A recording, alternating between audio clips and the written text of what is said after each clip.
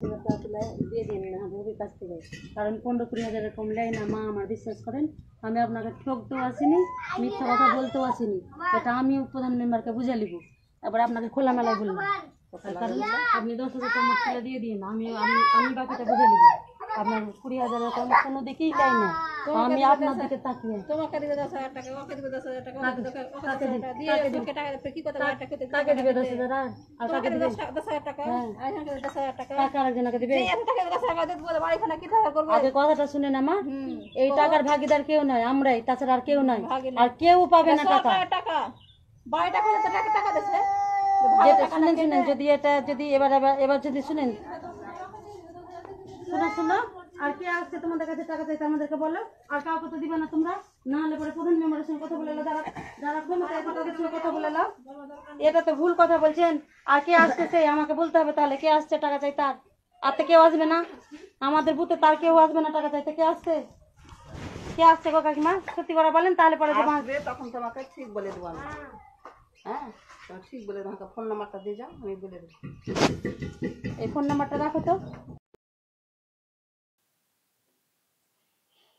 দর্শক শুনলেন,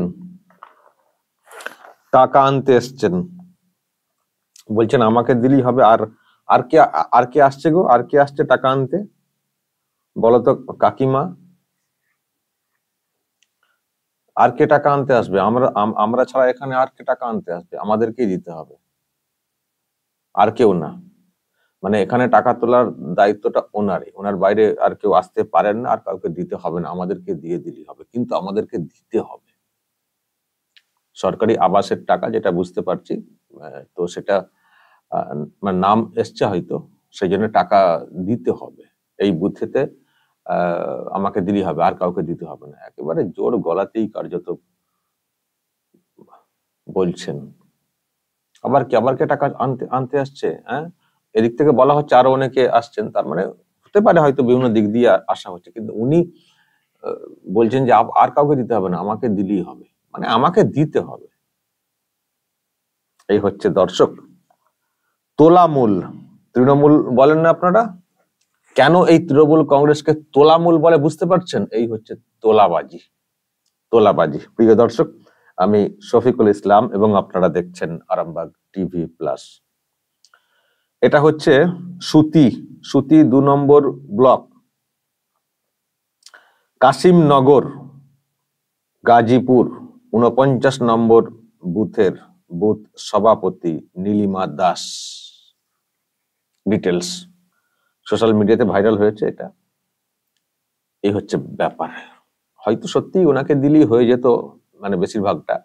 উনিও হয়তো, মানে উনিও তো কারো না কারো নির্দেশে করছেন। সব টাকা যে উনি পাবেন নিয়ে রাখবেন সেটা তো না, ওনাদের তো আবার সিস্টেম আছে না, পার্সেন্টেজ এত রাখতে হয়, বাকিটা উপর দিকে পাঠাতে হয়। তো হয়তো ওনাকেই দায়িত্ব দেওয়া হয়েছিল যে আপনি আনবেন, তো সেই জন্যই উনি জোর গলাতে বলছেন যে আমাকে ছাড়া কাউকে লাগবে না, আর কাউকে দিতে হবে না। কি আবার আনতে এসছে? আমি ছাড়া আবার কে আনতে আসছে টাকা? মানে দায়িত্বটা ওনারই, আর কেউ আসবেন না এখানে। এটাই বন্দোবস্ত হয়েছে, চুক্তি হয়েছে, এটা হতে পারে। আর উনি বুথ সভাপতি, যেটা জানতে পারছি, আবার কে টাকা আনতে আসবেন? তো ওনাকেই সবটা করতে হবে, করে এবার ওনার যেটা করার বাকি কাজটা নিজের কাছে রাখা, কতটা আর কতটা উপর দিকে পাঠানো, সেটা উনি হিসেব করে পাঠাবেন। দর্শক বুঝতে পারছেন, এই হচ্ছে তৃণমূল কংগ্রেসের আমলের সব ব্যাপার। সরকারি আবাস দেয়া হচ্ছে, দিদি বলছেন আমরা আমাদের টাকা থেকে দিচ্ছি। আমাদের টাকা বলতে জনগণের টাকা, আর লুটছেন নেতা নেত্রীরা। ওনাদের দিচ্ছেন সরকারি টাকা, সবার ট্যাক্সের টাকা, আর লুটছেন কারা? নেতা নেত্রীরা। আমি আবার একটা বক্তব্য শুনছিলাম কুণাল ঘোষের, এইসব নিয়ে প্রশ্ন তোলা হয়েছে বলে উনি আবার বিজেপিকে দোষারোপ করেছেন যে কেন্দ্র টাকা দিচ্ছে না, ওদিকটা দিয়ে বলতে বলুন, এদিকে এত এইসব নিয়ে কেন এরকম করা হচ্ছে। মানে দিদি টাকা দিচ্ছেন, সুতরাং যাকে খুশি দিতে পারি, কেউ পেতে পারেন, নাও পেতে পারেন, তৃণমূল লোকেরা কাটমানি নিতে পারেন, দিদির ব্যাপার। যেন মনে হচ্ছে দিদি এই ছবি আঁকার গানের নাকি ক্যাসেট শুনেছিলাম, যেন ওই টাকা থেকে দিচ্ছেন, বাড়ির টাকা থেকে যা খুশি দিন না। বাড়িতে টাকা আছে, পার্টির তো অনেক ফান্ড আছে, দিন না। এইসব নেত্রীরা কেন হাত পেতে টাকা চাইছেন? লজ্জা লাগে না? কেন হাত পেতে টাকা চাইছেন? লজ্জা লাগে না? পার্টির তো প্রচুর ফান্ড আছে, দিন না ওখান থেকে টাকা। জনগণের টাকা সরকারি আবাসের জন্য দেওয়া হচ্ছে বলা হচ্ছে, তো সেখান থেকে কেন কাটমানি চাইবেন কেন? আবার প্রশ্ন তুললে অন্য দিক দিয়ে ঘুরিয়ে দেবেন, খুবই লজ্জার। এই হচ্ছে দর্শক রাজ্যের অবস্থা। কি কত সুন্দর করে বলছেন, তাই না? কি মার্কেটিং! হয়তো আরো অন্য জায়গাতেও এরকম চিত্র আছে, সব তো ভিডিও আকারে আসে না। এক্ষুনি হয়তো আপনারা বলবেন আমাদের এখানেও তো এরকম, টাকা না দিলে কিছু হয় না, বা নাম এসছে টাকা চাইছে, এক্ষুনি হয়তো বলবেন।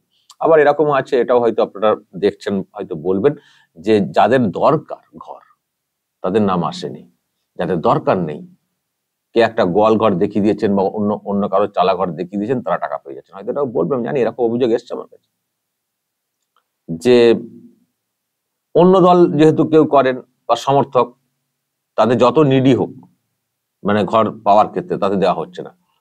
সবাই ঝান্ডা ধরা লোকজন, আবার ঝান্ডা ধরা লোকজনদের মধ্যেও মানে ব্যাপার আছে, সেখানেও আবার চলছে আর কি। মানে সবটাই যেটা প্রশ্ন তোলা হচ্ছে যে নিয়মে হচ্ছে না, নিয়মে হচ্ছে না।